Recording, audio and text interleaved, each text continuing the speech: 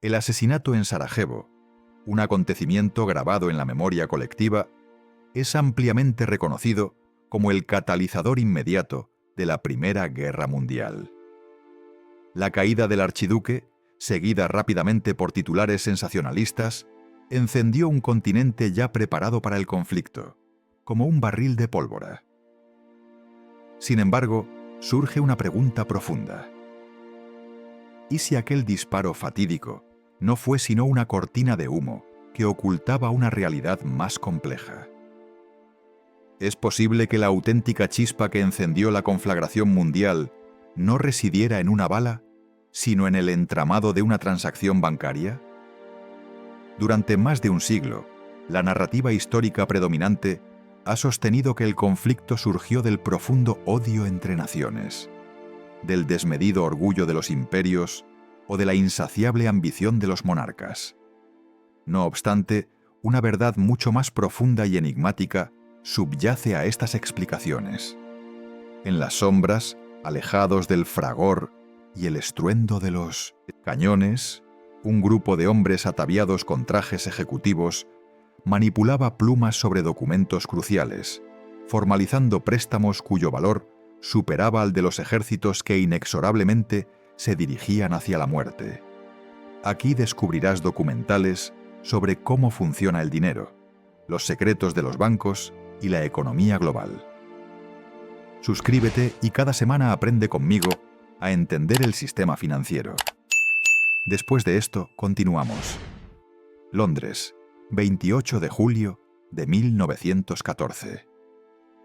En una sobria sala de reuniones del Banco de Inglaterra, ubicada en el corazón del distrito financiero, 5 hombres se sientan alrededor de una mesa de caoba pulida. Sus rostros permanecen serios, impasibles, casi pétreos. No hay nerviosismo visible en sus gestos, tampoco ansiedad ni temor, solo determinación fría, calculada como un mecanismo de relojería suiza. El más anciano del grupo, un hombre de cabello canoso y barba perfectamente recortada, desliza un documento sobre la superficie reluciente de la mesa.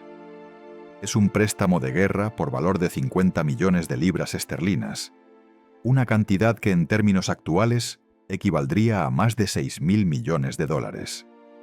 Pero esa cifra, por impresionante que parezca, no es más que el comienzo de algo mucho más vasto y oscuro. Porque mientras Europa enciende sus antorchas y afila sus bayonetas, mientras los políticos pronuncian discursos inflamados sobre honor y patria, estos hombres saben algo que el resto del continente aún ignora: que la guerra ya está decidida, que los dados están echados y que el único debate pendiente es cuánto dinero se puede ganar con ella. El nombre del banquero anciano es Sir Ernest Cassel, aunque pocos fuera de los círculos más selectos de la City londinense reconocerían su rostro. No es un hombre que busque la fama ni los reflectores. Su poder no reside en titulares de periódicos ni en discursos públicos, sino en algo mucho más tangible y efectivo. El control silencioso sobre los flujos de capital que mantienen vivos a los imperios. Cassel nació en Colonia, Alemania, en 1852, hijo de un modesto banquero judío. A los 17 años, llegó a Inglaterra con apenas unas monedas en el bolsillo y un talento excepcional para entender cómo funciona el dinero. Trabajó primero en una pequeña firma de inversiones, luego en otra más grande, escalando posiciones con la paciencia metódica de quien sabe que el verdadero poder se construye en décadas, no en días. Para 1914, Cassel ya no es simplemente un banquero. Es el confidente personal del rey Eduardo VII, el asesor financiero de gobiernos enteros y el arquitecto invisible de algunos de los mayores proyectos de infraestructura del Imperio Británico. Pero, sobre todo, es el hombre que comprende mejor que nadie una verdad fundamental: que las guerras modernas no se ganan en los campos de batalla, sino en las salas de reuniones donde se deciden los préstamos. Los otros 4 hombres sentados a la mesa representan una constelación de poder financiero igualmente formidable. Están los hermanos Rothschild, cuya dinastía bancaria lleva más de un siglo financiando tanto a reyes como a revolucionarios, con la misma imparcialidad pragmática con que un comerciante vende pan. Está también un representante del Deutsche Bank, el coloso financiero alemán que paradójicamente mantiene relaciones comerciales tanto con Berlín como con Londres. Y finalmente, un enviado silencioso de la Casa Morgan, el imperio bancario estadounidense, que observa desde el otro lado del Atlántico, calculando cuándo será el momento preciso para intervenir y cobrar su parte. Estos hombres no se reúnen por casualidad. Tampoco lo hacen por patriotismo o por lealtad a bandera alguna. Se reúnen porque han identificado una oportunidad de negocios sin precedentes en la historia moderna. Un conflicto europeo de dimensiones colosales que requerirá cantidades astronómicas de financiamiento. Y ellos, precisamente ellos, son quienes controlan las llaves de esa caja fuerte. La conversación en la sala es escueta, técnica, desprovista de emoción. Se habla de tasas de interés, de plazos de amortización, de garantías colaterales. Se mencionan yacimientos de carbón en Silesia, minas de hierro en Lorena, campos petrolíferos en Mesopotamia. No se habla de soldados ni de batallas, de viudas ni de huérfanos.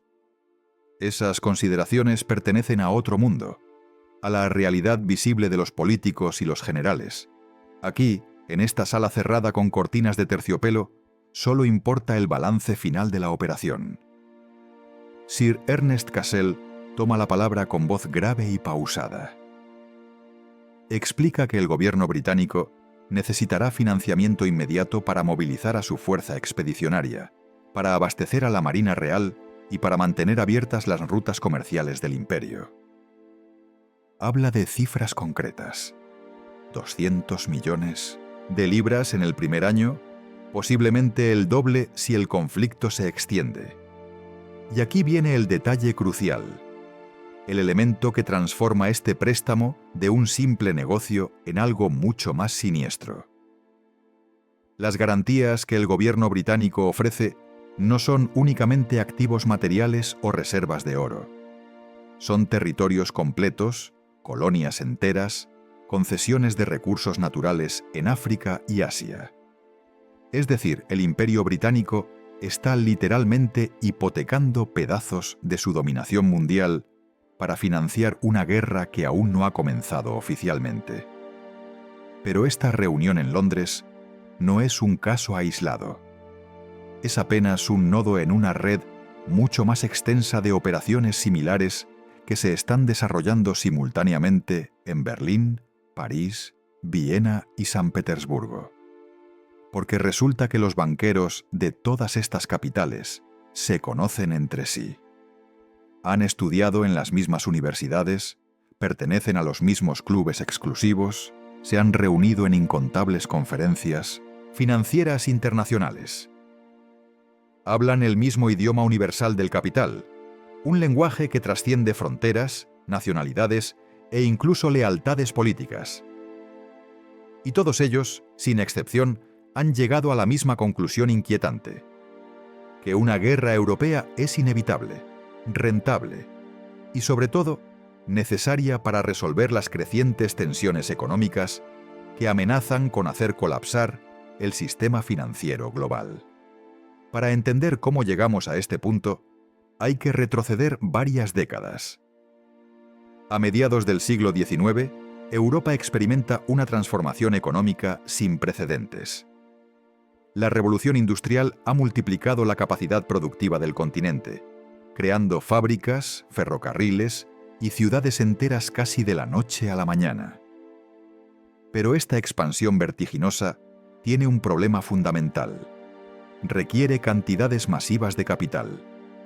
Y ese capital no proviene de los gobiernos, sino de los bancos privados, que han emergido como los verdaderos motores de la economía moderna.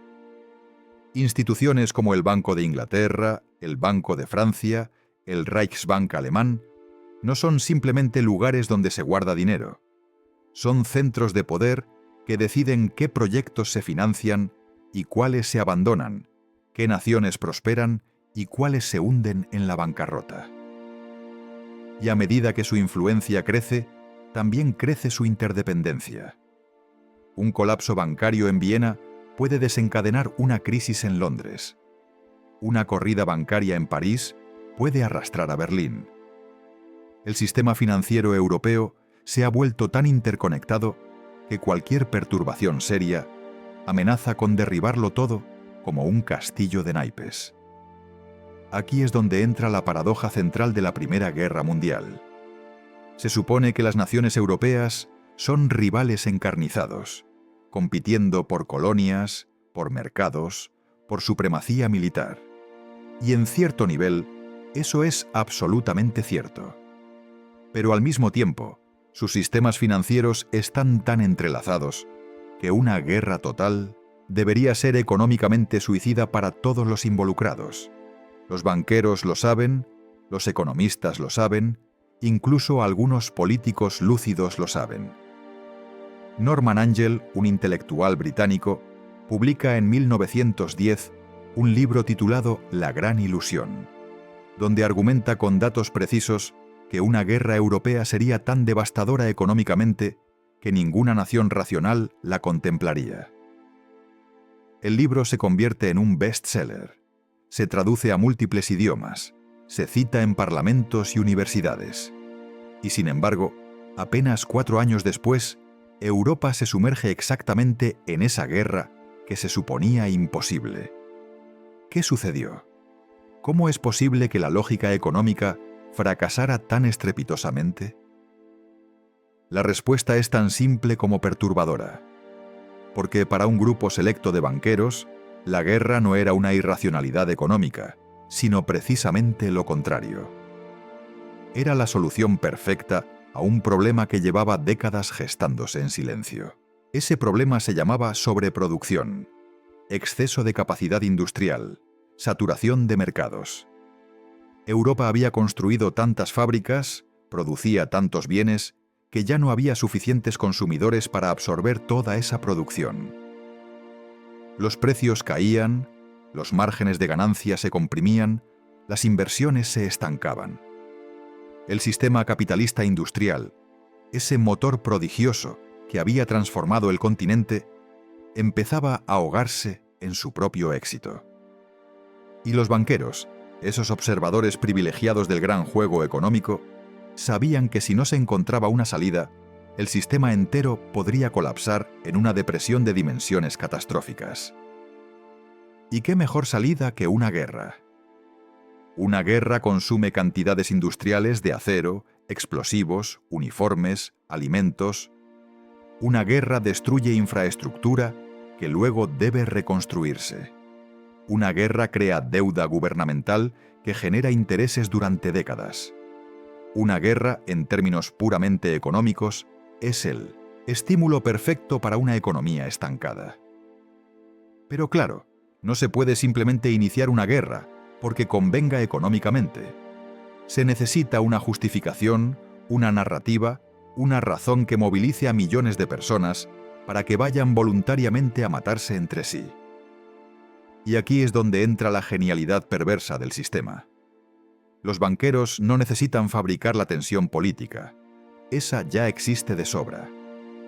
El nacionalismo exacerbado, las rivalidades imperiales, los rencores históricos, todo eso es real y está profundamente arraigado en la cultura europea. Lo único que los banqueros necesitan hacer es asegurarse de que cuando llegue el momento crítico, cuando la crisis estalle, haya suficiente dinero disponible para transformar esa crisis política en un conflicto militar total. Y eso es exactamente lo que hacen en los años previos a 1914. Retrocedamos a 1911, 3 años antes del asesinato en Sarajevo. En ese año ocurre un acontecimiento que pasa relativamente desapercibido para el público general, pero que resulta crucial para entender lo que vendrá después. Se trata de la segunda crisis marroquí, también conocida como el incidente de Agadir. Alemania envía un buque de guerra al puerto marroquí de Agadir, teóricamente para proteger intereses comerciales alemanes, pero en realidad como una demostración de fuerza frente a Francia, que considera Marruecos parte de su esfera de influencia. La crisis casi desencadena una guerra entre ambas potencias. Casi, pero no del todo. ¿Por qué? Porque los banqueros todavía no están listos.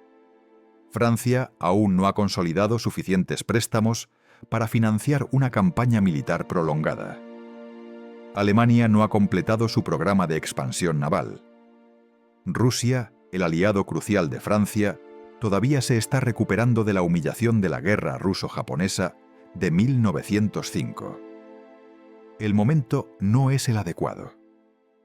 Así que los banqueros, operando tras bambalinas, presionan a sus respectivos gobiernos para que negocien. Se intercambian concesiones coloniales, se firman acuerdos diplomáticos y la crisis se resuelve pacíficamente. Pero lo importante aquí no es la resolución en sí, sino lo que sucede inmediatamente después. En los meses siguientes al incidente de Agadir, los flujos de capital hacia proyectos militares se incrementan exponencialmente. El gobierno francés obtiene un préstamo masivo del Banco de Francia y de consorcios bancarios internacionales para modernizar su ejército. Alemania emite bonos de guerra que son comprados ávidamente por bancos alemanes y austriacos. Rusia recibe inyecciones de capital francés y británico para expandir su red ferroviaria, específicamente las líneas que permitirían movilizar tropas hacia la frontera alemana con mayor rapidez.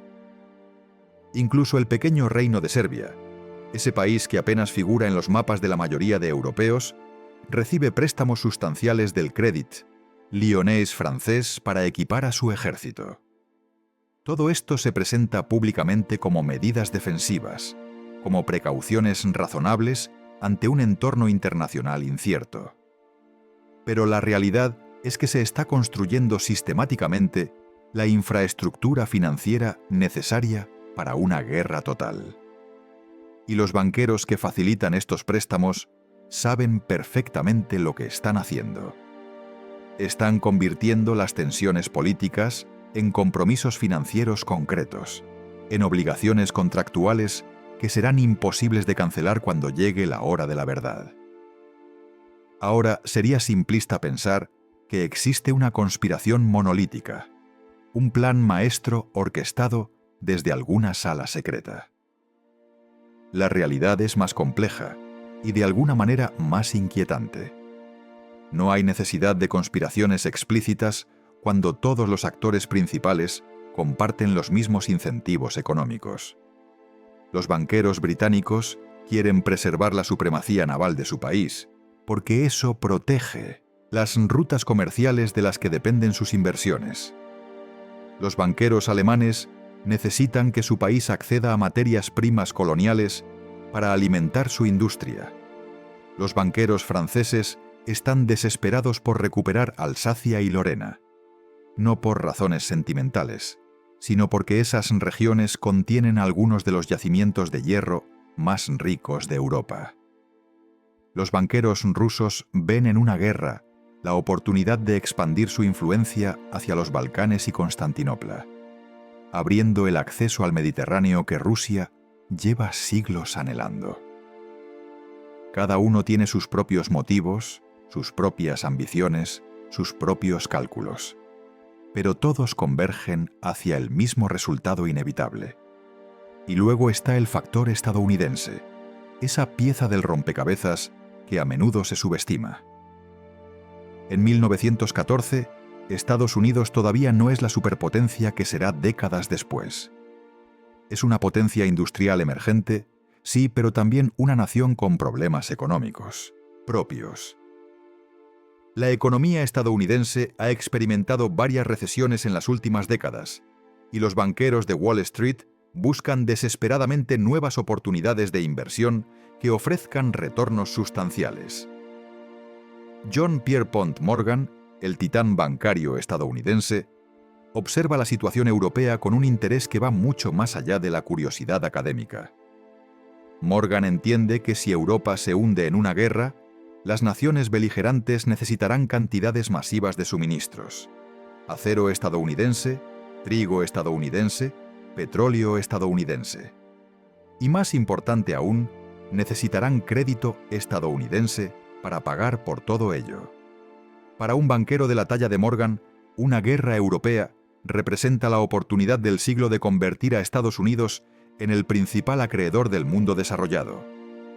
Así que Morgan y su círculo íntimo comienzan a preparar el terreno. Establecen líneas de crédito con bancos británicos y franceses, compran acciones en Mimo de Cocindo, compañías de armamento europeas. Invierten en navieras que transportarán mercancías a través del Atlántico. Todo esto antes de que la guerra estalle oficialmente. Y cuando alguien pregunta por qué están haciendo estas inversiones arriesgadas en un continente al borde del conflicto, la respuesta es siempre la misma: diversificación de cartera, oportunidades de mercado, relaciones comerciales de largo plazo. Todas explicaciones perfectamente razonables, perfectamente inocentes. Excepto que no lo son. Son apuestas calculadas sobre un acontecimiento que estos hombres consideran no solo posible, sino probable, incluso deseable. Volvamos ahora a Sarajevo, al 28 de junio de 1914. El archiduque Franz Ferdinand de Austria y su esposa Sophie viajan en un automóvil descapotable por las calles de la capital bosnia. Es una visita oficial, un gesto diplomático destinado a apaciguar a las inquietas poblaciones eslavas del Imperio Austrohúngaro. Pero algo sale terriblemente mal. Un joven nacionalista serbio llamado Gavrilo Princip, armado con una pistola Browning, dispara 2 veces. El archiduque y su esposa mueren en cuestión de minutos. La noticia viaja por cable telegráfico a todas las capitales europeas. En las calles hay indignación, hay luto, hay llamados a la justicia. Pero en las salas de juntas de los grandes bancos hay algo muy diferente. Hay alivio. Porque después de años de preparación, de inversiones estratégicas, de acumulación de deuda gubernamental, finalmente ha llegado el momento que estaban esperando. Finalmente hay un casus belli, una justificación incontestable para que los gobiernos activen los préstamos de guerra que ya están preaprobados, que ya están listos para ser desembolsados. El mes siguiente es un ballet diplomático cuidadosamente coreografiado. Austria presenta un ultimátum a Serbia con demandas deliberadamente inaceptables.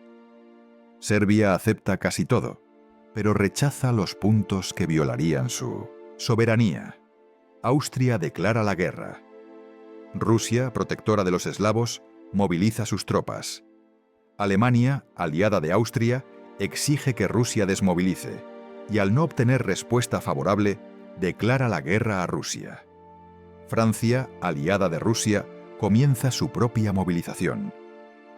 Alemania declara la guerra a Francia e invade Bélgica para rodear las defensas francesas. Gran Bretaña, garante de la neutralidad belga, declara la guerra a Alemania. En cuestión de días, toda Europa está en guerra. Y mientras los soldados marchan hacia el frente cantando canciones patrióticas, mientras las multitudes agitan banderas y los políticos pronuncian discursos emotivos sobre el deber y el honor, en las oficinas de los bancos se están firmando los contratos que realmente determinarán el curso del conflicto. Porque aquí está la verdad incómoda que nadie quiere admitir en 1914. Ningún país beligerante puede financiar esta guerra con sus propios recursos. Los presupuestos gubernamentales normales son completamente insuficientes para los costos astronómicos de un conflicto industrial moderno. Un solo acorazado de la clase Dreadnought cuesta más de 2 millones de libras esterlinas. Una sola ofensiva militar puede consumir millones de proyectiles de artillería, cada uno de los cuales debe ser fabricado, transportado y almacenado. Los ejércitos modernos no se mueven por su cuenta. Requieren redes ferroviarias complejas, sistemas de comunicación telegráfica, cadenas de suministro que abarcan continentes enteros. Todo esto cuesta dinero. Cantidades asombrosas de dinero. Dinero que ningún gobierno tiene. Dinero que solo los bancos pueden proporcionar. Y aquí es donde la situación se vuelve verdaderamente grotesca. Los gobiernos que están en guerra entre sí están siendo financiados, en muchos casos, por los mismos bancos. La Casa Rothschild, por ejemplo, tiene sucursales en Londres, París, Viena y Frankfurt. Técnicamente son entidades independientes, pero en la práctica están dirigidas por miembros de la misma familia que se comunican constantemente entre sí. ¿Y qué crees que hacen cuando estalla la guerra? ¿Eligen un bando? No. Otorgan préstamos a ambos lados. La sucursal de Londres financia al gobierno británico. La sucursal de Viena financia al gobierno austrohúngaro. Es un negocio brillante desde el punto de vista financiero. Sin importar quién gane la guerra, los Rothschild cobrarán sus préstamos con intereses. La única forma en que podrían perder dinero es si todos los gobiernos entraran en default simultáneamente, y eso es prácticamente imposible. Incluso una nación derrotada puede ser obligada a pagar sus deudas mediante el tratado de paz que sigue a la guerra. Este mismo patrón se repite en múltiples instituciones financieras. El Deutsche Bank tiene vínculos con el gobierno alemán, pero también mantiene relaciones comerciales con bancos británicos y franceses a través de Myndigheiten subsidiarias en países neutrales como Suiza y Holanda. El Crédit Lyonnais francés financia a Serbia y Rusia, pero también tiene inversiones en compañías alemanas a través de intermediarios. Los bancos estadounidenses, oficialmente neutrales hasta 1917, prestan dinero tanto a los aliados como a las potencias centrales, aunque con una inclinación cada vez más marcada hacia los primeros a medida que la guerra progresa y se hace evidente qué bando tiene más probabilidades de victoria. Es un sistema completamente amoral, guiado únicamente por la lógica del beneficio. Y funciona perfectamente, al menos para los banqueros. Pero hay una dimensión aún más oscura en todo esto, un aspecto de la historia que rara vez se menciona en los libros de texto convencionales. No solo se trata de que los banqueros estén financiando la guerra, es que en muchos casos están determinando activamente la estrategia militar, porque resulta que los generales, por mucho que entiendan de tácticas y logística, no entienden de finanzas. No saben cuánto dinero hay disponible, cuánto se puede gastar en una ofensiva, cuándo es necesario pausar las operaciones por falta de fondos. Así que cada decisión militar importante debe ser consultada con los financieros. Y los financieros, que no tienen entrenamiento militar alguno, terminan influyendo en decisiones que afectan a millones de vidas. Un ejemplo concreto: la decisión alemana de implementar la guerra submarina sin restricciones en 1917. Desde un punto de vista militar, es una apuesta arriesgada. Hundir barcos mercantes sin previo aviso, incluyendo barcos de naciones neutrales como Estados Unidos, casi garantiza que Estados Unidos entrará en la guerra del lado de los aliados. Los generales alemanes están divididos sobre la conveniencia de esta estrategia. Pero los banqueros alemanes la apoyan fervorosamente. ¿Por qué? Porque para 1917 Alemania está acercándose al límite de su capacidad de endeudamiento. Los bancos alemanes ya han prestado cantidades colosales al gobierno y están preocupados por la solvencia del país si la guerra se prolonga mucho más. Una guerra submarina sin restricciones ofrece la posibilidad de estrangular económicamente a Gran Bretaña antes de que Alemania colapse financieramente. Es una carrera contra el reloj, y los banqueros están apostando a que Alemania puede ganar esa carrera. Por supuesto, se equivocan. Estados Unidos entra en la guerra la balanza se inclina decisivamente hacia los aliados y Alemania es derrotada. Pero el punto crucial es que esta decisión estratégica fundamental no fue tomada principalmente por razones militares, sino por razones financieras. Otro ejemplo, la decisión francesa de lanzar ofensivas masivas en Verdún y el Somme, a pesar de las pérdidas horrendas que estas batallas implican. Desde un punto de vista puramente militar, estas ofensivas son cuestionables, consumen recursos enormes, causan bajas espantosas y logran avances territoriales mínimos. Pero los banqueros franceses las apoyan porque mantienen la imagen de que Francia está luchando activamente, lo que es crucial para continuar recibiendo préstamos de bancos británicos y estadounidenses. Una Francia percibida como pasiva o defensiva podría perder credibilidad financiera, y eso sería catastrófico. Así que se lanzan ofensivas que, en términos humanos, son carnicerías sin sentido, pero que en términos financieros tienen perfecto sentido como señales de compromiso hacia los acreedores. Este entrelazamiento entre decisiones financieras y militares alcanza su punto culminante en 1917, cuando los aliados enfrentan una crisis existencial. Rusia está al borde del colapso, con revoluciones que amenazan con sacarla de la guerra. Italia ha sufrido la desastrosa derrota de Caporetto y su ejército está desmoralizado. Francia ha experimentado motines masivos después de la fracasada ofensiva Nivelle. Gran Bretaña está sangrando por la guerra submarina alemana que hunde cientos de miles de toneladas de barcos cada mes. En este momento crítico, cuando pareciera que los aliados podrían perder la guerra, los banqueros estadounidenses intervienen con una decisión que cambiará todo. John Pierpont Morgan Jr., hijo del legendario fundador, organiza un sindicato bancario que otorga a Gran Bretaña y Francia un préstamo de $500 millones, una suma absolutamente astronómica para la época. Creamos este canal con un propósito: compartir conocimientos y acercar el mundo de las finanzas a todas las personas. Porque creemos que entender el dinero es también entender el poder y nuestra vida cotidiana. Suscríbete y forma parte de esta misión. Retomemos desde aquí. Este préstamo no es un acto de caridad ni de solidaridad ideológica. Es una inversión calculada. Morgan y sus asociados saben que si los aliados pierden la guerra, los préstamos anteriores que ya han otorgado nunca serán repagados. Así que están atrapados en lo que los economistas llaman el sesgo del costo hundido.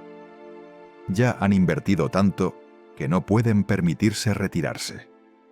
Tienen que seguir invirtiendo, seguir prestando, seguir financiando la guerra hasta que su bando gane. Es una apuesta doble o nada a escala global.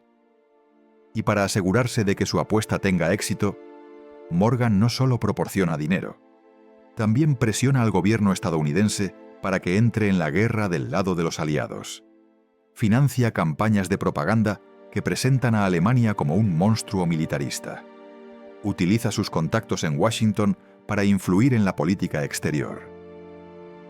Y cuando finalmente Estados Unidos declara la guerra a Alemania en abril de 1917, Morgan está ahí, listo para financiar la movilización de las tropas estadounidenses con más préstamos, más bonos de guerra, más oportunidades de ganancia. La entrada de Estados Unidos en la guerra marca el comienzo del fin para las potencias centrales. No tanto por el poderío militar estadounidense, que tarda muchos meses en hacerse sentir en los campos de batalla europeos, sino por el poderío financiero.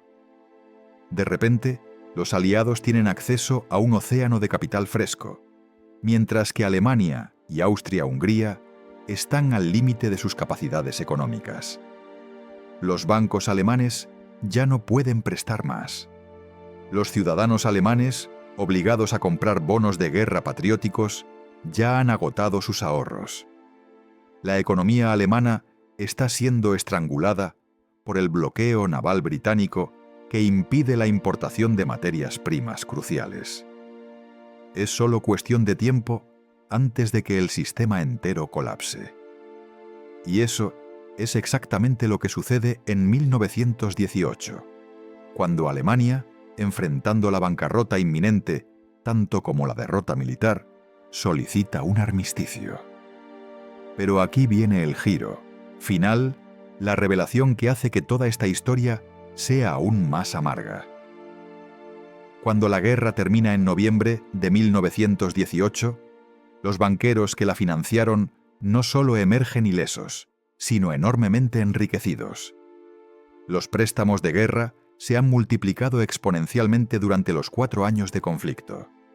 Gran Bretaña debe miles de millones de libras a bancos británicos y estadounidenses. Francia debe cantidades similares. Italia está endeudada hasta el cuello. Y Alemania, como nación derrotada, será obligada a pagar reparaciones tan masivas que consumirán su economía durante décadas. ¿Y a quién se pagarán esas reparaciones? En teoría, a los gobiernos aliados que ganaron la guerra. Pero en la práctica, esos gobiernos utilizarán el dinero de las reparaciones para pagar sus propias deudas de guerra a los bancos. Así que el dinero fluirá desde Alemania, a través de Francia y Gran Bretaña, directamente a las arcas de los bancos de Nueva York, Londres y París. Es un sistema perfectamente cerrado de extracción de riqueza. El Tratado de Versalles, firmado en 1919, es a menudo presentado como un documento político que establece las condiciones de paz. Y en parte lo es, pero también es, fundamentalmente, un contrato financiero. Las cláusulas sobre reparaciones ocupan más espacio que las cláusulas sobre fronteras territoriales. Se especifica exactamente cuánto debe pagar Alemania, en qué monedas, en qué plazos, con qué garantías. Los alemanes, obviamente, protestan que las sumas son imposibles de pagar, pero sus protestas caen en oídos sordos. No porque los aliados sean particularmente vengativos, aunque algo de eso hay, sino porque los bancos que financiaron la guerra necesitan recuperar su inversión. Y si Alemania no puede pagar, bueno, entonces Alemania deberá endeudarse aún más para poder pagar.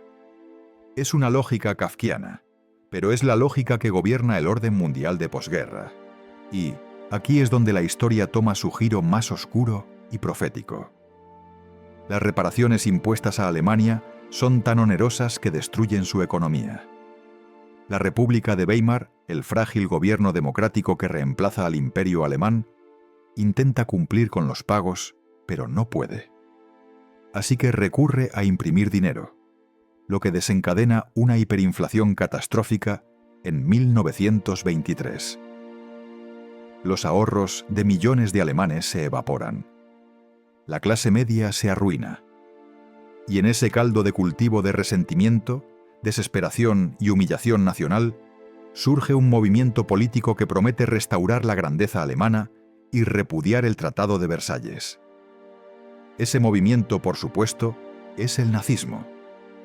Adolf Hitler llega al poder en 1933, precisamente porque la crisis económica generada por las reparaciones de guerra ha dejado a Alemania vulnerable a extremismos de todo tipo. Y cuando Hitler comienza su camino hacia la Segunda Guerra Mundial, los mismos bancos que financiaron la Primera Guerra Mundial estarán ahí, listos para financiar la Segunda. Porque, después de todo, ¿por qué cambiar una fórmula que funciona? Pero no adelantemos acontecimientos. Volvamos a 1919, al momento inmediato después del armisticio. En las calles de París, Londres y Nueva York hay celebraciones.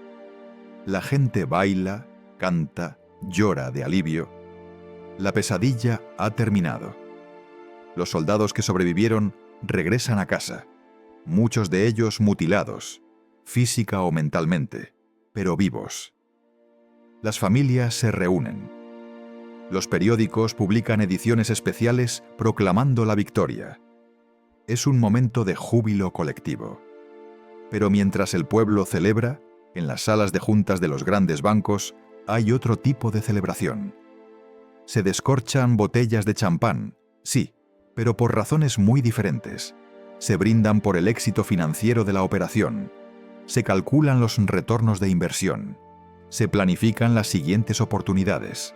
Y alguien, en alguna de esas reuniones, seguramente hace la pregunta inevitable: ¿cuándo podremos hacer esto de nuevo? Porque aquí está la lección fundamental que estos hombres han aprendido: que las guerras, lejos de ser desastres económicos, pueden ser increíblemente lucrativas si se manejan correctamente. Que la destrucción masiva crea oportunidades de reconstrucción igualmente masivas. Que las deudas de guerra generan intereses durante generaciones. Y que mientras exista un sistema financiero centralizado controlado por un puñado de instituciones, mientras los gobiernos dependan de préstamos privados para financiar sus operaciones, mientras el dinero se cree mediante deuda en lugar de surgir de la riqueza real, este patrón se repetirá una y otra vez. No porque haya conspiraciones malvadas, sino porque los incentivos del sistema empujan naturalmente en esa dirección. Es casi una ley de la física económica. El capital fluye hacia donde puede generar el mayor retorno, y las guerras, por horribles que sean, generan retornos espectaculares para quienes las financian.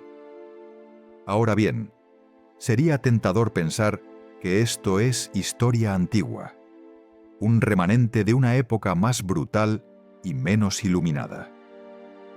Que en el mundo moderno, con instituciones internacionales, con Naciones Unidas, con tratados de derechos humanos, algo así no podría volver a suceder. Pero esa sería una conclusión reconfortante y falsa. Porque si miras cuidadosamente los conflictos del siglo XX y XXI, verás exactamente el mismo patrón repitiéndose una y otra vez.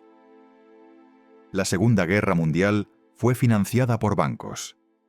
La Guerra Fría fue financiada por bancos. Las guerras en Medio Oriente han sido financiadas por bancos. Cada conflicto importante requiere cantidades masivas de capital que solo las instituciones financieras pueden proporcionar. Y cada conflicto genera deuda gubernamental que enriquece a esas mismas instituciones. Considera, por ejemplo, cómo Estados Unidos financió su participación en las guerras de Irak y Afganistán, no aumentando impuestos, como se habría hecho en épocas anteriores, sino emitiendo bonos del Tesoro que fueron comprados por bancos y fondos de inversión. Esos bonos pagan intereses. Durante décadas, es el mismo mecanismo exacto que se utilizó en 1914, solo que con nombres más sofisticados. O mira cómo los bancos financiaron la expansión militar china en las últimas décadas, o cómo los consorcios bancarios internacionales han proporcionado capital para conflictos en África y América Latina. El patrón es universal, porque la lógica subyacente es universal. Los gobiernos necesitan dinero para hacer la guerra. Los bancos tienen dinero para prestar y el endeudamiento resultante beneficia a los prestamistas. Pero hay una dimensión adicional en el mundo moderno que hace la situación aún más preocupante. En 1914, al menos había una cierta transparencia sobre quién estaba financiando qué. Los préstamos de guerra se anunciaban públicamente. Los bonos de guerra se vendían con campañas de propaganda explícitas. La gente sabía, o al menos podía saber, que su dinero estaba siendo utilizado para financiar el conflicto. Hoy, la situación es mucho más opaca.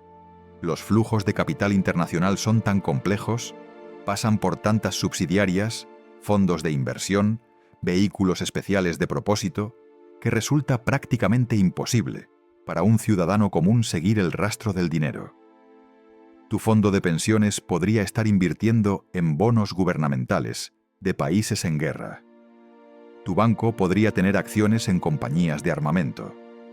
Tu dinero podría estar financiando conflictos de los que ni siquiera eres consciente.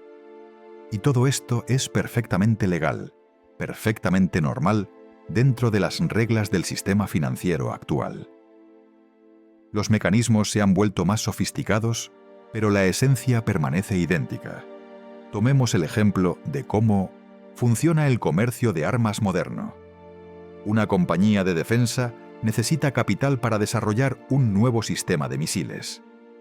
Emite bonos corporativos que son comprados por fondos de inversión.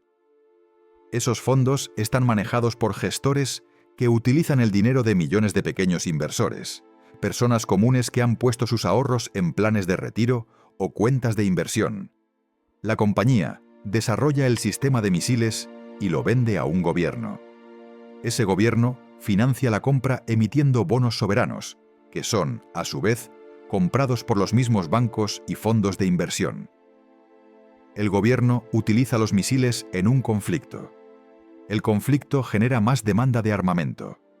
La compañía de defensa necesita expandir su producción, así que emite más bonos.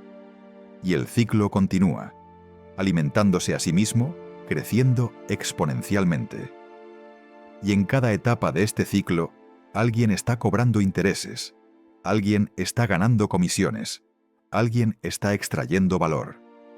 De lo verdaderamente diabólico de este sistema es que funciona sin necesidad de villanos obvios.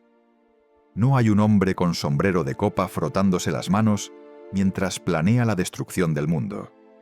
Son simplemente miles de gerentes de fondos, analistas financieros, banqueros de inversión, todos haciendo su trabajo diario, todos siguiendo los incentivos que el sistema les presenta. Un analista ve que las acciones de compañías de defensa tienen un retorno superior al promedio y recomienda comprarlas.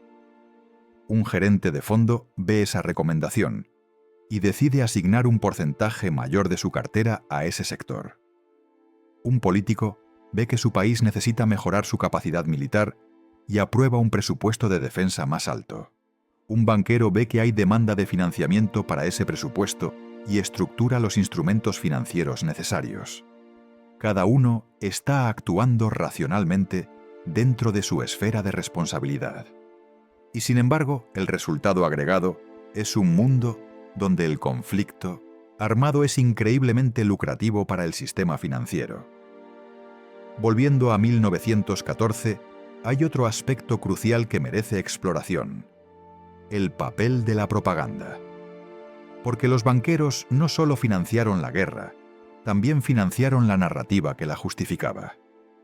Los periódicos de la época no eran entidades independientes.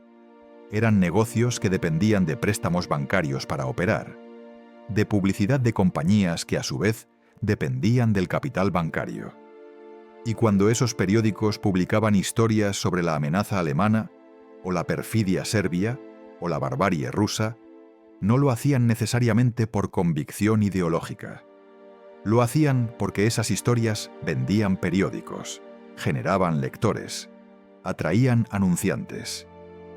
Y los banqueros, que entendían perfectamente bien la mecánica de los medios de comunicación, sabían cómo utilizar ese sistema para crear un clima de opinión favorable a sus intereses.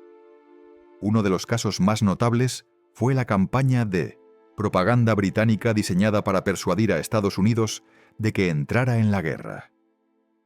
Esta campaña fue parcialmente financiada por bancos británicos que tenían un interés obvio en que Estados Unidos se uniera a los aliados. Se crearon historias sobre atrocidades alemanas, algunas reales, muchas exageradas, algunas completamente fabricadas. Se publicitaron ampliamente mediante anuncios pagados en periódicos estadounidenses. Se contrataron oradores prominentes para dar conferencias en universidades y clubes sociales. Se produjeron películas que mostraban a los alemanes como unos violentos y despiadados. Todo esto costó dinero, mucho dinero. Dinero que fluyó de las arcas de los bancos británicos a través de intermediarios y organizaciones de fachada. Y funcionó. Para 1917, la opinión pública estadounidense había pasado de ser mayoritariamente neutral o aislacionista a estar dispuesta a apoyar la entrada en la guerra. No porque los hechos objetivos hubieran cambiado fundamentalmente, sino porque la narrativa había sido cuidadosamente construida y amplificada. Este uso de la propaganda como herramienta financiera es algo que se perfeccionaría en las décadas siguientes. En la Segunda Guerra Mundial, en la Guerra Fría, en los conflictos modernos de Medio Oriente, siempre verás el mismo patrón. Grandes campañas mediáticas que preparan a la opinión pública para aceptar el conflicto, financiadas directa o indirectamente por las mismas instituciones que se beneficiarán del conflicto. No es conspiración, es simplemente el funcionamiento lógico de un sistema donde el poder económico puede comprar narrativas y donde esas narrativas tienen consecuencias políticas reales. Y lo más preocupante es que este sistema se ha vuelto aún más sofisticado con la llegada de los medios digitales. Ahora no solo se trata de periódicos y películas, sino de algoritmos de redes sociales, de campañas de influencers, de fake news diseñadas para provocar reacciones emocionales. Y todo esto puede ser financiado de manera aún más opaca que antes. Regresemos ahora a las trincheras de la Primera Guerra Mundial, a esos soldados que vivieron la realidad cotidiana del conflicto. La mayoría de ellos no tenía la menor idea de por qué estaban realmente allí. Les habían dicho que luchaban por su patria, por la libertad, por proteger a sus familias. Y muchos creían sinceramente en esas razones. Pero la verdad es que estaban muriendo para asegurar que ciertos préstamos bancarios fueran repagados, para que ciertas inversiones generaran retornos, para que cierto sistema económico pudiera continuar funcionando. Un soldado británico en el Somme, hundido hasta las rodillas en barro, esquivando balas de ametralladora, no sabía que su vida dependía literalmente de cuánto dinero había disponible para financiar municiones. Si los bancos hubieran cerrado el grifo del crédito, la ofensiva se habría detenido. Si hubieran proporcionado más crédito, la ofensiva habría continuado. Su existencia estaba sujeta a decisiones tomadas en oficinas lujosas de Londres por hombres que nunca verían una trinchera en sus vidas. Y lo mismo aplica a sus contrapartes alemanas, francesas, rusas. Todos ellos eran peones en un juego mucho más grande que solo comprendían vagamente. Los oficiales de alto rango sabían un poco más, entendían que la logística de la guerra dependía crucialmente del financiamiento. Pero incluso ellos rara vez captaban la imagen completa de cómo las decisiones financieras en Nueva York o Londres estaban determinando la estrategia en el frente occidental. Había una desconexión fundamental entre la experiencia vivida de la guerra, brutal, inmediata, visceral, y la realidad estructural de la guerra, abstracta, financiera, calculada. Y esa desconexión sigue existiendo hoy. Los soldados modernos en Afganistán o Irak experimentan la guerra de manera muy personal, muy directa. Pero las razones reales por las que están allí, las consideraciones geopolíticas y económicas que llevaron a esos conflictos, permanecen ocultas detrás de capas de jerga diplomática y análisis de seguridad nacional. Lo que hace todo esto particularmente trágico es que muchas de las personas involucradas eran, individualmente, personas decentes. Los banqueros de 1914 no eran monstruos sádicos que disfrutaban el sufrimiento humano. Eran profesionales exitosos, padres de familia, filántropos que donaban a causas benéficas. Sir Ernest Cassel, por ejemplo, era conocido por su generosidad hacia instituciones educativas y hospitales. John Pierpont Morgan financió museos y bibliotecas. Los Rothschild apoyaron causas judías y de reforma social. Estas eran personas capaces de bondad, de compasión, de amor hacia sus familias y comunidades. Y sin embargo, cuando se sentaban en sus oficinas y firmaban documentos que financiarían la muerte de millones, lo hacían sin aparente conflicto moral. ¿Cómo es posible esta disonancia cognitiva? La respuesta está en la distancia psicológica. Cuando firmas un documento que autoriza un préstamo de 50 millones de libras para financiar la guerra, no estás viendo los cadáveres. No estás oliendo la sangre. No estás escuchando los gritos de los heridos. Estás viendo números en un papel, cláusulas contractuales, proyecciones de retorno de inversión. El sufrimiento humano se abstrae hasta volverse invisible. Es el mismo mecanismo psicológico que permite que un piloto de drones en Nevada lance misiles contra objetivos en Yemen sin sentir el peso emocional completo de matar personas. La tecnología, ya sea un contrato financiero o un sistema de armas remoto, crea distancia. Y esa distancia hace posible que personas normales participen en actos que, si los experimentaran directamente, encontrarían moralmente insoportables. Este problema de la distancia psicológica es uno de los grandes retos morales de la modernidad.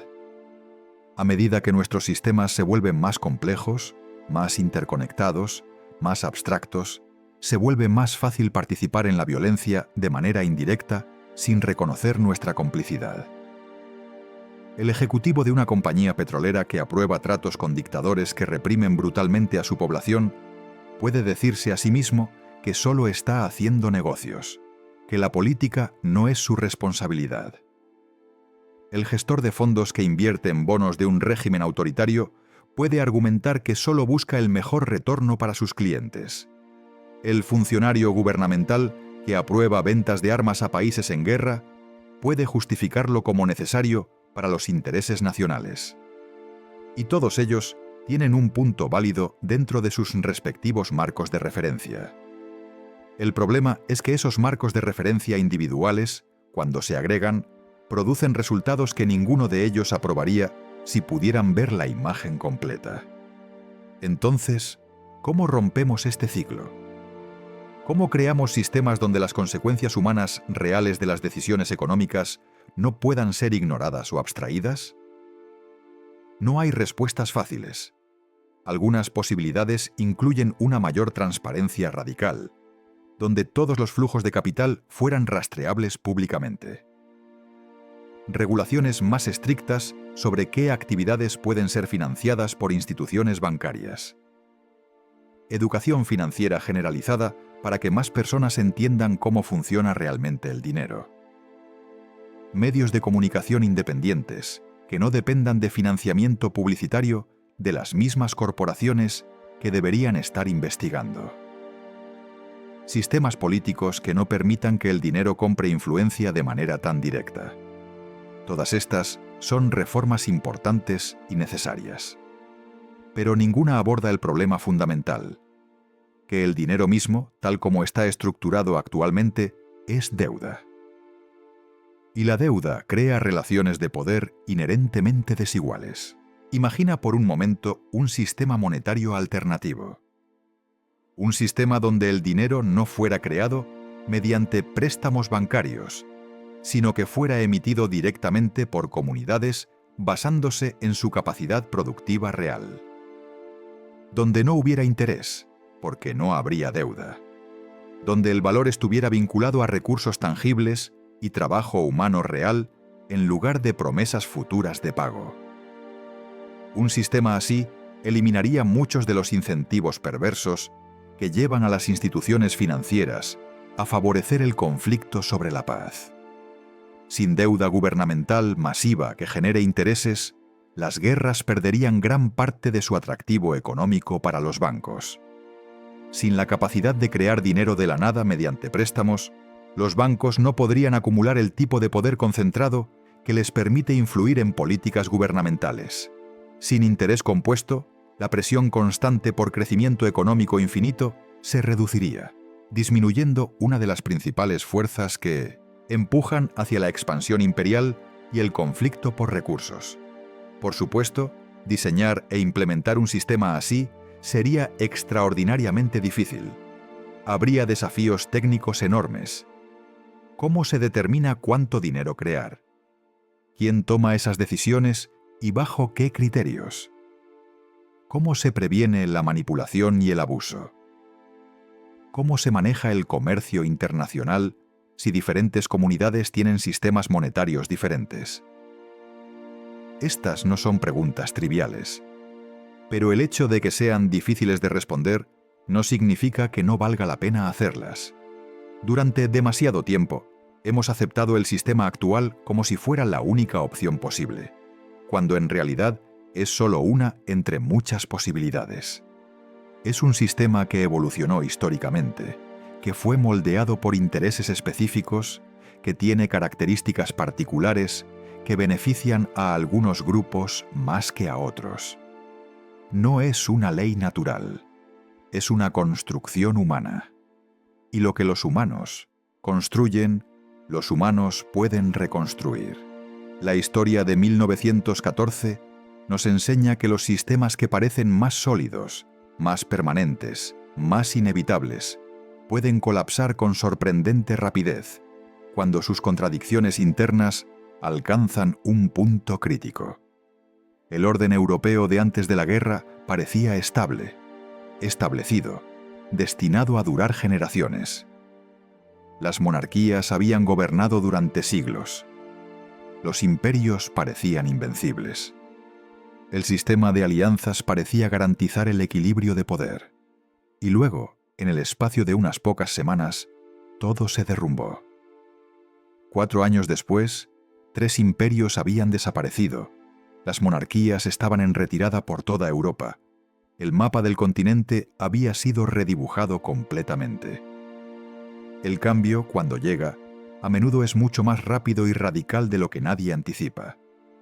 Esto debería darnos esperanza. Sí, el sistema financiero actual parece todopoderoso, parece impenetrable, parece imposible de cambiar. Los bancos centrales parecen instituciones permanentes e inamovibles. Las corporaciones multinacionales parecen demasiado grandes para fallar, demasiado poderosas para regular. Los mercados financieros globales parecen fuerzas de la naturaleza más que construcciones humanas. Pero todo eso son ilusiones. Son ilusiones poderosas, ilusiones mantenidas por enormes inversiones en propaganda y educación, pero ilusiones al fin. La realidad es que estos sistemas dependen completamente del consentimiento continuo de millones de personas. Dependen de que los soldados estén dispuestos a luchar, de que los trabajadores estén dispuestos a producir, de que los ciudadanos estén dispuestos a pagar impuestos, de que los deudores estén dispuestos a honrar sus obligaciones. Y ese consentimiento no es automático ni permanente. Puede ser retirado. Ha sido retirado en múltiples ocasiones a lo largo de la historia. Cada gran transformación social comenzó con un puñado de personas que se negaron a aceptar que las cosas tenían que ser como eran. El fin de la esclavitud, el sufragio universal, los derechos laborales, la descolonización. Ninguno de estos cambios fue otorgado voluntariamente por quienes tenían el poder. Todos fueron conquistados por movimientos de personas comunes que decidieron que el statu quo era inaceptable y estuvieron dispuestas a organizarse, a protestar, a resistir, a imaginar alternativas. Y en cada caso les dijeron que eran idealistas ingenuos, que no entendían cómo funcionaba realmente el mundo, que sus demandas eran imposibles e irracionales. Hasta que no lo fueron. Hasta que los movimientos crecieron lo suficiente, hasta que la presión se volvió insostenible, hasta que mantener el viejo sistema se volvió más costoso que cambiarlo. Estamos viviendo en un momento similar ahora. Las contradicciones del sistema financiero global se están volviendo cada vez más obvias. La desigualdad de riqueza ha alcanzado niveles obscenos. Crisis financieras ocurren con mayor frecuencia y mayor severidad. La deuda gubernamental global está en máximos históricos. Los bancos centrales han inflado sus balances a niveles que habrían parecido inconcebibles hace una década. El sistema se mantiene unido mediante cantidades cada vez mayores de intervención y manipulación, mediante tasas de interés artificialmente bajas, mediante impresión masiva de dinero, mediante rescates gubernamentales de instituciones consideradas demasiado grandes para quebrar. Y cada vez más personas se están dando cuenta de que algo está fundamentalmente roto, de que no podemos continuar en esta trayectoria indefinidamente. La pregunta crucial es ¿qué vendrá después? Porque cuando los sistemas viejos colapsan, lo que los reemplaza no siempre es mejor. La Primera Guerra Mundial llevó al Tratado de Versalles, que llevó a la Gran Depresión, que llevó al ascenso del fascismo, que llevó a la Segunda Guerra Mundial. Es decir, el colapso del viejo orden imperial europeo no produjo inmediatamente un mundo más justo y pacífico. Produjo décadas de conflicto aún más devastador. La lección aquí es que no es suficiente simplemente derribar el sistema existente. Necesitamos tener visiones claras de qué queremos construir en su lugar. Necesitamos tener planes concretos, instituciones alternativas listas para funcionar, nuevas formas de organización que puedan llenar el vacío cuando las viejas estructuras fallen. Y esto requiere trabajo. Trabajo intelectual para desarrollar modelos económicos alternativos que sean tanto teóricamente sólidos como prácticamente viables. Trabajo político para construir movimientos capaces de implementar esos modelos contra la inevitable resistencia de los intereses establecidos. Trabajo educativo para ayudar a más personas a entender por qué el sistema actual es problemático y cómo podría ser diferente. Trabajo experimental para probar nuevos enfoques a pequeña escala, aprender de los fracasos, iterar hacia soluciones mejores. Todo esto es difícil, lento, a menudo frustrante. Es mucho más fácil simplemente quejarse del sistema existente o soñar con revoluciones que mágicamente lo arreglen todo. Pero los cambios reales y duraderos requieren este tipo de trabajo paciente y persistente. Una de las cosas más importantes que podemos hacer es estudiar historia, no la versión sanitizada que se enseña en la mayoría de las escuelas, sino la historia real de cómo funcionan los sistemas de poder.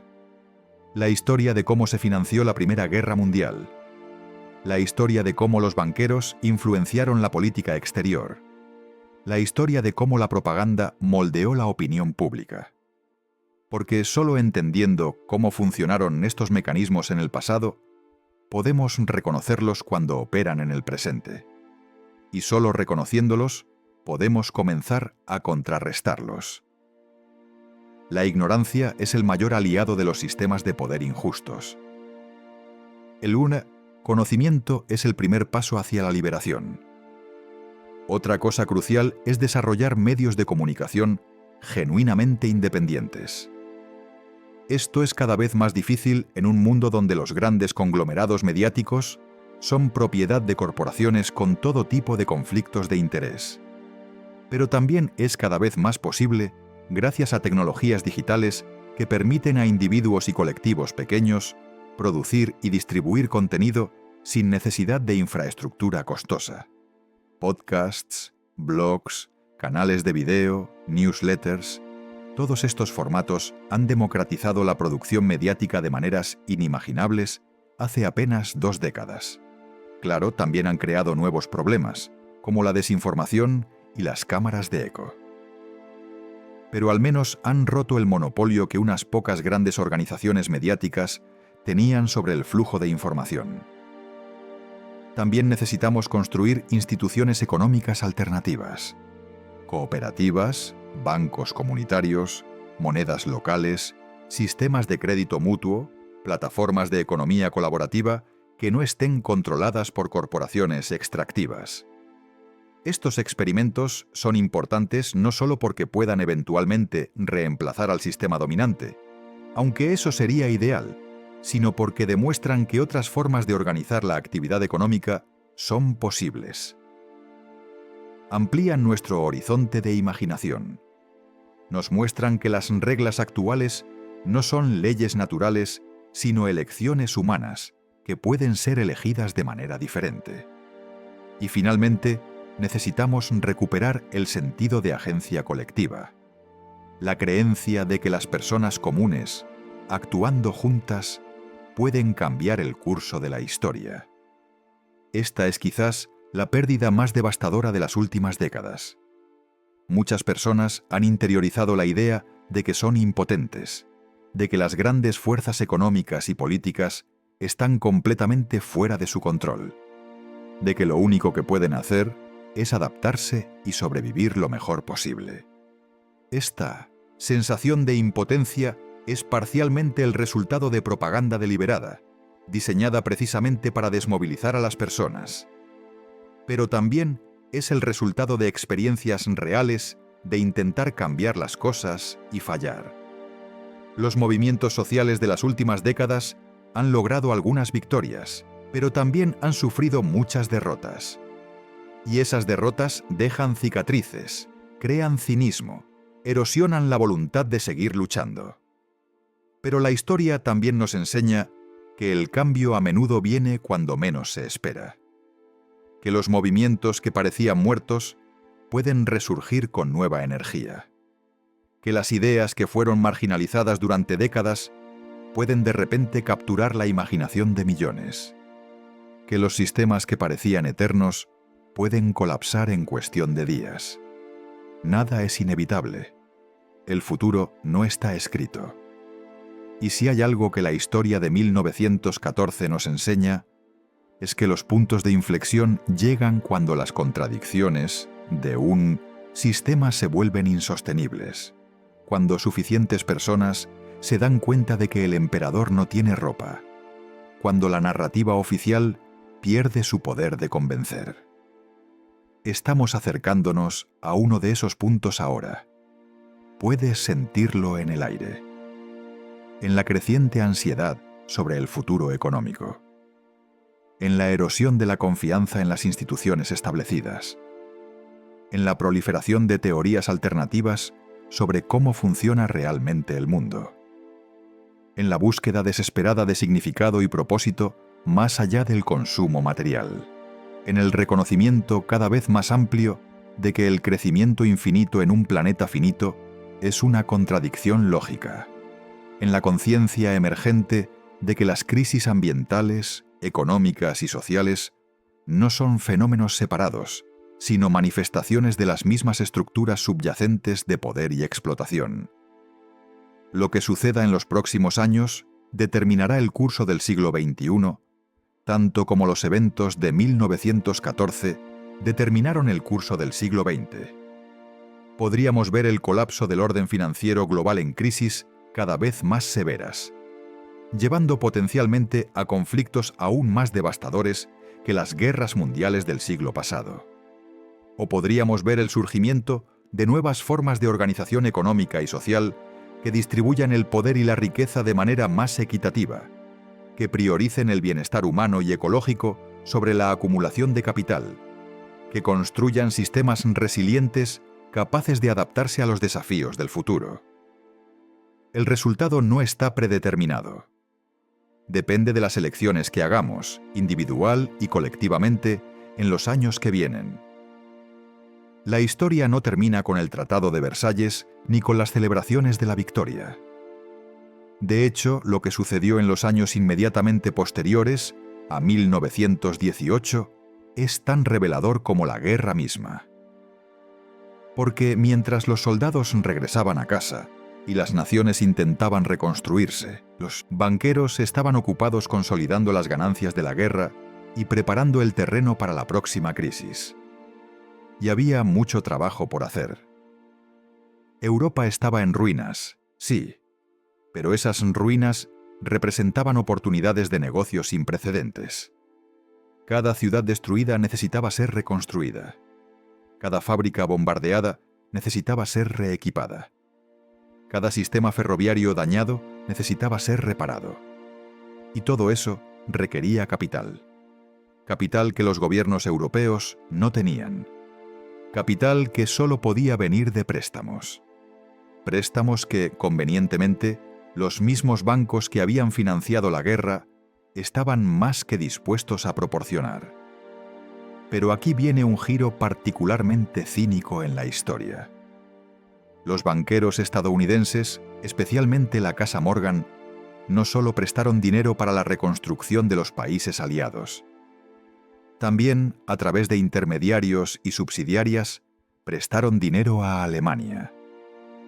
Sí, la misma Alemania que había perdido la guerra, que estaba supuestamente siendo castigada con reparaciones aplastantes. ¿Cómo es esto posible? Simple.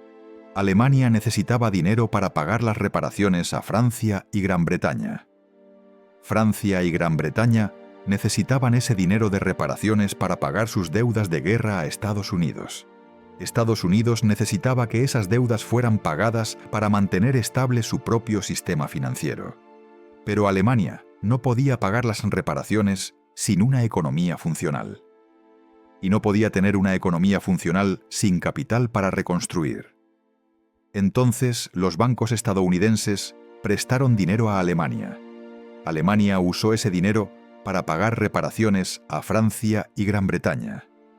Francia y Gran Bretaña usaron ese dinero para pagar sus deudas a Estados Unidos. Y Estados Unidos prestó más dinero a Alemania. Era un círculo perfecto, un ciclo infinito de deuda que generaba intereses en cada vuelta. Este sistema se formalizó en 1924 con algo llamado el Plan Dawes, nombrado en honor a Charles Dawes, un banquero estadounidense que lo diseñó. El Plan Dawes reestructuró las reparaciones alemanas y estableció un mecanismo de préstamos internacionales para facilitar los pagos. A Dawes le dieron el Premio Nobel de la Paz por este trabajo. El Premio Nobel de la Paz por diseñar un sistema de extracción de deuda. La ironía es casi demasiado perfecta. Pero funcionó, al menos por un tiempo. Durante 5 años, de 1924 a 1929, el dinero fluyó en este circuito cerrado. Los banqueros estadounidenses ganaron fortunas. Los gobiernos europeos pudieron reconstruir parcialmente. Alemania evitó el colapso económico total. Todo parecía estar funcionando, excepto que no estaba funcionando realmente. Era una burbuja masiva, sostenida enteramente por la creación continua de nueva deuda. Y como todas las burbujas, eventualmente explotó. El colapso de la Bolsa de Nueva York en 1929 fue el pinchazo que reventó la burbuja. De repente, los bancos estadounidenses ya no tenían capital excedente para prestar a Alemania. Los préstamos se detuvieron. Alemania no pudo pagar las reparaciones. Francia y Gran Bretaña no recibieron el dinero que esperaban. No pudieron pagar sus deudas a Estados Unidos. Los bancos que habían prestado enormes sumas a todos estos gobiernos enfrentaron el prospecto de defaults masivos. Y así comenzó la Gran Depresión, la peor crisis económica de la historia moderna.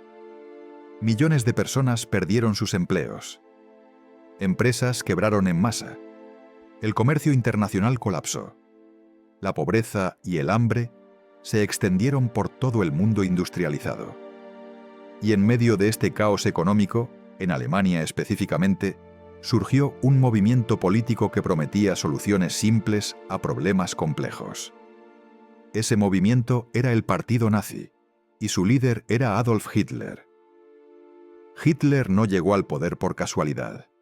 Llegó al poder porque la crisis económica había creado las condiciones perfectas para su mensaje. Millones de alemanes, desesperados y humillados, buscaban a alguien a quien culpar, y alguien que prometiera restaurar su dignidad. Hitler les dio ambas cosas. Les dijo que la culpa era de los judíos, de los comunistas, de los gobiernos débiles que habían aceptado el Tratado de Versalles. Y les prometió hacer a Alemania grande otra vez, recuperar los territorios perdidos, repudiar las deudas injustas. Era un mensaje tóxico, basado en mentiras y odio, pero resonó porque respondía a un dolor económico real. Y aquí está el detalle más perturbador. Algunos de los mismos banqueros que habían financiado la Primera Guerra Mundial también financiaron el ascenso de Hitler. no porque fueran nazis ellos mismos, no porque compartieran su ideología genocida, sino porque Hitler representaba estabilidad y oportunidades de negocio. Prometía restaurar el orden, reprimir a los comunistas y reabrir Alemania a la inversión extranjera. Así que bancos estadounidenses y británicos, así como corporaciones industriales, hicieron negocios con el régimen nazi durante los años 30. Algunas de estas relaciones continuaron incluso después de que comenzara la Segunda Guerra Mundial, hasta que Estados Unidos finalmente entró en el conflicto. IBM proporcionó los sistemas de tarjetas perforadas que los nazis usaron para catalogar a las poblaciones en los campos de concentración. Ford y General Motors tenían fábricas en Alemania que producían vehículos militares para el ejército alemán. Bancos estadounidenses tenían participaciones en bancos alemanes que manejaban los activos confiscados a víctimas judías del Holocausto. Todo esto está documentado. No son teorías de conspiración, son hechos históricos que puedes verificar en archivos públicos. Y sin embargo, esta parte de la historia rara vez se enseña de manera prominente porque es profundamente incómoda. Contradice la narrativa simple de buenos contra malos que preferimos sobre la Segunda Guerra Mundial. Revela que incluso en el conflicto más moralmente claro de la historia moderna, donde un lado estaba literalmente cometiendo genocidio, todavía había actores del otro lado que estaban dispuestos a hacer negocios con los perpetradores porque había dinero de por medio. Es un recordatorio sombrío de hasta qué punto la lógica del beneficio económico puede anular las consideraciones morales más básicas. La Segunda Guerra Mundial fue, en muchos sentidos, una repetición de la primera, pero a una escala aún más masiva. Los mismos mecanismos básicos estaban en funcionamiento. Gobiernos financiando la guerra mediante deuda, bancos proporcionando ese financiamiento, compañías industriales produciendo armamento y suministros, propaganda moldeando la opinión pública. Pero esta vez, las consecuencias fueron aún más devastadoras. 60 millones de personas muertas, ciudades enteras reducidas a escombros, el Holocausto, las bombas atómicas sobre Hiroshima y Nagasaki.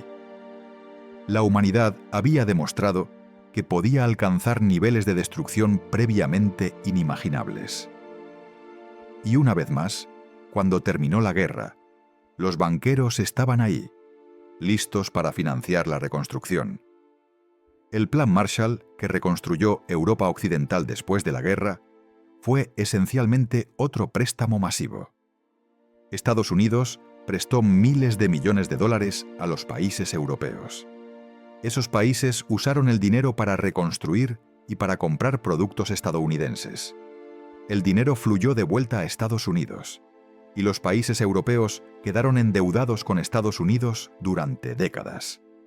Pero la Segunda Guerra Mundial también produjo un cambio importante en el sistema financiero global. En 1944, mientras la guerra todavía rugía, representantes de 44 naciones se reunieron en Bretton Woods, New Hampshire, para diseñar el orden económico de posguerra. El resultado fue un nuevo sistema monetario internacional centrado en el dólar estadounidense. El dólar estaría respaldado por oro, y todas las demás monedas estarían vinculadas al dólar. Estados Unidos, que poseía la mayor parte del oro del mundo y era la única potencia industrial importante cuya infraestructura no había sido destruida por la guerra, se convirtió en el centro del sistema financiero global. Los bancos estadounidenses, que ya eran poderosos, se volvieron aún más poderosos. Y dos nuevas instituciones, el Fondo Monetario Internacional y el Banco Mundial, fueron creadas para supervisar este sistema y proporcionar préstamos a países en desarrollo. Este es el origen del orden económico en el que todavía vivimos hoy. El sistema de Bretton Woods se modificó en 1971 cuando Nixon eliminó el respaldo de oro del dólar, pero la estructura básica permanece. El dólar sigue siendo la moneda de reserva mundial. Los bancos estadounidenses siguen siendo los más poderosos del planeta. El FMI y el Banco Mundial siguen prestando dinero a países en desarrollo, generalmente con condiciones que requieren que esos países adopten políticas económicas favorables a los intereses occidentales. Y las deudas, siempre las deudas, siguen creciendo. La deuda global total, sumando deudas gubernamentales, corporativas y personales, ahora supera los 300 billones de dólares. Esa es una cifra tan astronómica que es difícil de comprender. Es más de 3 veces el Producto Interno Bruto global. Es más de $35.000 por cada hombre, mujer y niño en el planeta. ¿Cómo llegamos a este punto? ¿Cómo es posible que el mundo entero deba tanto dinero? ¿A quién se lo debe? Estas son las preguntas que deberíamos estar haciendo. La respuesta es que el sistema monetario moderno está diseñado para crear deuda continuamente. Cada vez que un banco otorga un préstamo, crea dinero nuevo. Ese dinero debe ser repagado con interés. Pero el interés no fue creado cuando se hizo el préstamo. Entonces, para pagar el interés, se necesita crear más dinero, lo que significa más préstamos, lo que significa más deuda. Es un sistema que, por diseño, requiere crecimiento constante. Si el crecimiento se detiene, el sistema colapsa porque no hay suficiente dinero nuevo para pagar las deudas antiguas más los intereses. Es por eso que los economistas y políticos están obsesionados con el crecimiento económico. No es solo porque el crecimiento sea deseable en sí mismo. Es porque sin crecimiento, todo el sistema de deuda se desmorona. Y esto nos lleva de vuelta a la conexión entre finanzas y guerra. Porque una de las formas más efectivas de generar crecimiento rápido es a través del gasto militar y la guerra. La Segunda Guerra Mundial sacó a Estados Unidos de la Gran Depresión más efectivamente que cualquier programa del New Deal. La movilización para la guerra puso a millones de personas a trabajar, estimuló la producción industrial masiva, generó innovaciones tecnológicas que luego se aplicaron a usos civiles. Después de la guerra, Estados Unidos experimentó décadas de prosperidad sin precedentes y aprendió la lección. El gasto militar masivo es bueno para la economía. Es por eso que, incluso después de que terminó la Guerra Fría, Estados Unidos nunca redujo realmente su presupuesto militar. Es por eso que Estados Unidos gasta más en defensa que los siguientes 10 países combinados. No es solo por seguridad nacional. Es porque el complejo militar industrial se ha convertido en un componente central de la economía estadounidense. El presidente Dwight Eisenhower advirtió sobre esto en su discurso de despedida en 1961. Dijo que el complejo militar industrial representaba una amenaza para la democracia estadounidense, porque creaba un grupo de interés poderoso que se beneficiaba de la guerra y el conflicto perpetuos. Eisenhower no era un pacifista ni un izquierdista radical. Era un general de 5 estrellas que había comandado las fuerzas aliadas en Europa durante la Segunda Guerra Mundial. Si alguien entendía la necesidad de una defensa militar fuerte, era él. Pero también entendía que cuando creas una industria masiva centrada en la guerra, esa industria desarrollará un interés propio en perpetuar la guerra. Y 60 años después, su advertencia parece profética. Estados Unidos ha estado en guerra casi continuamente desde el final de la Segunda Guerra Mundial. Corea, Vietnam, Granada, Panamá, la Primera Guerra del Golfo, Somalia, Bosnia, Kosovo, Afganistán, Irak, Libia, Siria. La lista continúa. Y en cada uno de estos conflictos alguien ganó dinero. Compañías de defensa como Lockheed Martin, Boeing, Raytheon, Northrop Grumman. Compañías de servicios militares privados como Blackwater. Compañías de reconstrucción como Halliburton. Bancos que financiaron todo mediante préstamos gubernamentales. Y el patrón no se limita a Estados Unidos.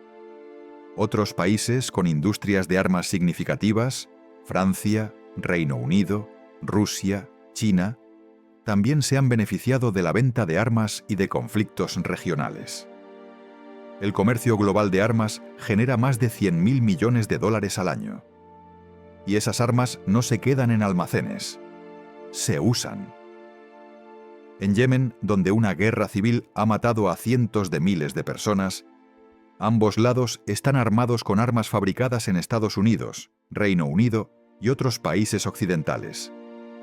En Siria, la guerra civil que ha durado más de una década ha sido alimentada por un flujo constante de armas de múltiples países. En África, múltiples conflictos continúan en parte porque hay un suministro abundante de armas baratas disponibles. El mundo está inundado de armas, y todas esas armas fueron fabricadas por compañías que operan con fines de lucro y financiadas por bancos que buscan retornos de inversión. Entonces, cuando miramos el mundo en 2025, ¿realmente ha cambiado algo desde 1914? Los detalles son diferentes, las tecnologías son más avanzadas, las instituciones tienen nombres diferentes, pero la estructura fundamental permanece sorprendentemente similar. Todavía tenemos un sistema donde la guerra es lucrativa para un grupo selecto de actores poderosos. Todavía tenemos gobiernos que dependen de préstamos para financiar sus operaciones militares. Todavía tenemos bancos que proporcionan esos préstamos y cobran intereses. Todavía tenemos medios de comunicación que moldean la opinión pública a favor de intervenciones militares. Todavía tenemos una desconexión entre quienes toman las decisiones sobre la guerra y quienes sufren las consecuencias. El fantasma de 1914 no ha sido exorcizado. Simplemente se ha adaptado a nuevas circunstancias. Antes de terminar, recuerda que creamos este canal con un propósito: compartir conocimientos y acercar el mundo de las finanzas a todas las personas. Porque creemos que entender el dinero es también entender el poder y nuestra vida cotidiana. Suscríbete y forma parte de esta misión. Retomemos desde aquí. Pero también hay diferencias importantes que ofrecen motivos para la esperanza. Primero, tenemos mucha más información disponible que en 1914. Internet, con todos sus problemas, ha democratizado el acceso a la información de maneras que habrían sido inimaginables para las generaciones anteriores. Es mucho más difícil mantener secretos. Los documentos filtrados, los denunciantes, los periodistas de investigación pueden exponer prácticas corruptas mucho más fácilmente. Wikileaks, los Panama Papers, las revelaciones de Snowden, todos estos han arrojado luz sobre aspectos del sistema que los poderosos preferirían mantener ocultos. Segundo, hay una conciencia creciente de estos problemas. Más personas entienden cómo funciona realmente el sistema financiero, cómo el dinero se crea como deuda, cómo los bancos centrales operan, cómo el complejo militar industrial funciona. Este conocimiento no se limita a académicos y expertos. Está filtrándose a la conciencia popular a través de documentales, podcasts, artículos, videos educativos. Tercero, están surgiendo alternativas reales.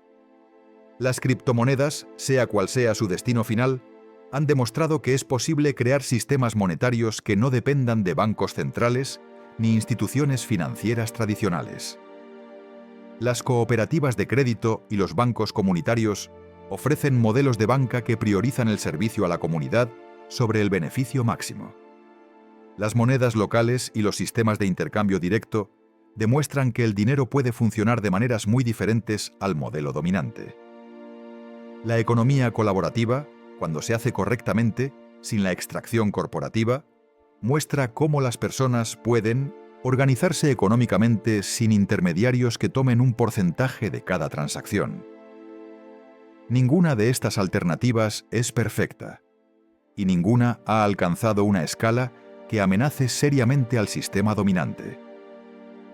Pero su mera existencia expande el espacio de lo posible. Demuestra que no estamos atrapados en una sola forma de hacer las cosas. Cuarto, hay movimientos sociales emergentes que están conectando los puntos entre las crisis económicas, ambientales y sociales. El movimiento por la justicia climática entiende que no podemos resolver la crisis ambiental sin abordar el sistema económico que requiere crecimiento infinito. El movimiento por la justicia racial entiende que el racismo no es solo un problema cultural, sino también económico, arraigado en sistemas de explotación que datan de la esclavitud y el colonialismo. El movimiento feminista entiende que la igualdad de género requiere transformar las estructuras económicas que devalúan sistemáticamente el trabajo de cuidado. Estos movimientos están comenzando a converger, a reconocer que están luchando contra manifestaciones diferentes del mismo sistema subyacente. Y esa convergencia es poderosa, porque crea la posibilidad de un movimiento amplio y diverso que sea lo suficientemente grande como para desafiar realmente el statu quo.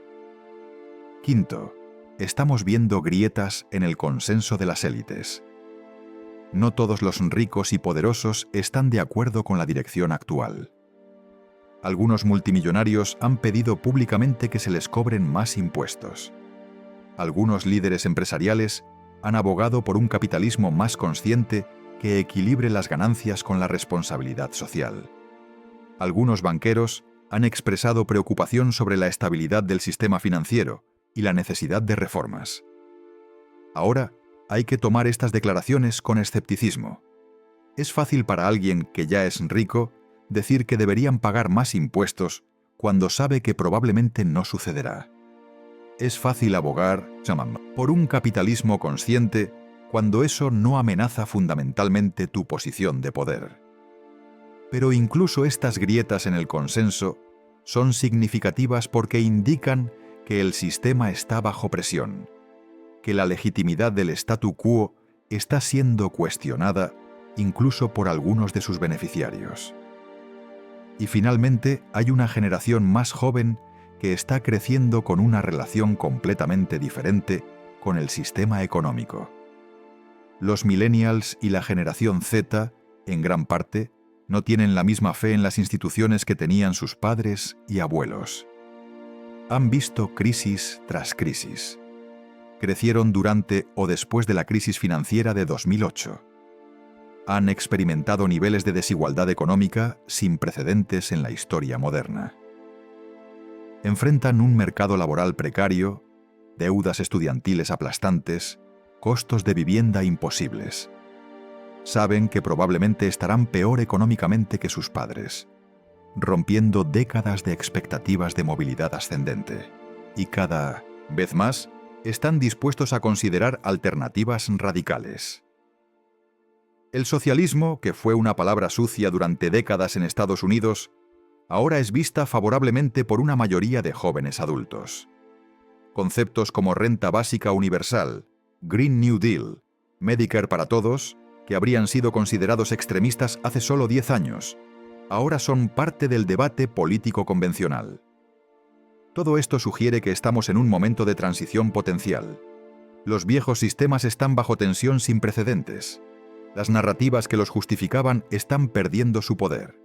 Nuevas ideas y movimientos están emergiendo. Esto no garantiza que las cosas mejorarán. Las transiciones pueden ir en múltiples direcciones. Pueden conducir a sistemas más justos y equitativos, o pueden conducir a nuevas formas de autoritarismo y explotación. La historia del siglo XX lo demostró. El colapso del orden imperial condujo tanto a democracias sociales en algunos lugares como a regímenes fascistas y totalitarios en otros. El resultado dependió de las luchas políticas específicas en cada contexto. ¿De qué fuerzas pudieron movilizarse más efectivamente? ¿De qué visiones resonaron más fuertemente con las poblaciones? Estamos en un momento similar ahora. El resultado no está predeterminado. Y eso significa que hay espacio para la acción, para la intervención consciente, para intentar inclinar la balanza en una dirección más positiva. Pero esto requiere más que indignación moral o buenas intenciones. requiere estrategia, requiere organización, requiere construir coaliciones amplias que puedan unir a diferentes grupos con diferentes preocupaciones, requiere desarrollar propuestas concretas que sean tanto inspiradoras como factibles. Requiere jugar un juego largo, reconociendo que los cambios fundamentales generalmente toman décadas, no años. Y requiere estar dispuesto a aprender de los fracasos, a adaptar tácticas cuando no funcionan, a ser flexibles en los métodos mientras se mantienen firmes en los principios. Una de las lecciones clave de la historia de 1914 es que los grandes cambios sistémicos a menudo vienen de crisis. El sistema de Bretton Woods surgió de la crisis de la Segunda Guerra Mundial. El New Deal surgió de la crisis de la Gran Depresión. El fin del colonialismo se aceleró por las crisis de las guerras mundiales que debilitaron a los imperios europeos. Las crisis crean aperturas, momentos cuando las reglas normales se suspenden y se vuelve posible implementar cambios que serían impensables en tiempos normales. Pero las crisis por sí solas no determinan el resultado. Lo que importa es quién está preparado para aprovechar esas aperturas, quién tiene planes listos, quién puede movilizarse rápidamente para implementar su visión. Esto significa que incluso en tiempos normales, cuando el cambio radical parece imposible, hay trabajo importante que hacer. Educación y concienciación para que más personas entiendan cómo funciona realmente el sistema. Construcción de instituciones alternativas que puedan escalar cuando llegue la oportunidad. Desarrollo de políticas y propuestas detalladas que puedan ser implementadas. Construcción de movimientos y redes que puedan movilizarse rápidamente. Formación de líderes capaces de navegar momentos de crisis. Todo esto puede parecer lento y frustrante cuando el statu quo parece inamovible. Pero es la preparación que hace posible aprovechar los momentos de crisis cuando finalmente llegan. Y las crisis vendrán. El sistema actual es inherentemente inestable. La desigualdad no puede crecer indefinidamente sin generar reacciones políticas. La deuda no puede expandirse infinitamente sin eventualmente chocar con límites reales. El crecimiento económico no puede continuar consumiendo recursos finitos sin eventualmente agotar esos recursos. El cambio climático no puede ignorarse indefinidamente sin generar disrupciones masivas. Todos estos son tensiones estructurales que están construyéndose. Y en algún momento, una o más de ellas alcanzará un punto de ruptura. Cuando eso suceda, cuando el sistema entre en crisis real, las personas que han estado haciendo el trabajo de preparación estarán en posición de ofrecer alternativas. Y las personas que han estado ignorando los problemas, esperando que de alguna manera se resuelvan solos, se encontrarán sin opciones buenas. La historia de 1914 también nos enseña que necesitamos pensar sistémicamente. No es suficiente simplemente protestar contra las guerras individuales o regular bancos específicos. Necesitamos entender y abordar las estructuras subyacentes que generan guerra y explotación financiera como consecuencias naturales. Esto significa cuestionar aspectos fundamentales de cómo está organizado nuestro mundo. ¿Por qué permitimos que el dinero sea creado como deuda privada en lugar de ser emitido como bien público? ¿Por qué organizamos nuestra economía alrededor de la maximización de ganancias en lugar de la satisfacción de necesidades humanas? ¿Por qué medimos el éxito económico por el crecimiento del PIB en lugar de por el bienestar humano? ¿Por qué tratamos la naturaleza como un recurso a ser explotado, en lugar de como un sistema del cual somos parte? Estas son preguntas fundamentales que rara vez se hacen en el debate político convencional, porque las respuestas desafiarían aspectos centrales del sistema existente. Pero estas preguntas son cada vez más imposibles de evitar. El elefante en la habitación se está volviendo demasiado grande para ignorar. Y más personas están empezando a señalarlo, a decir en voz alta lo que muchos han estado pensando en privado.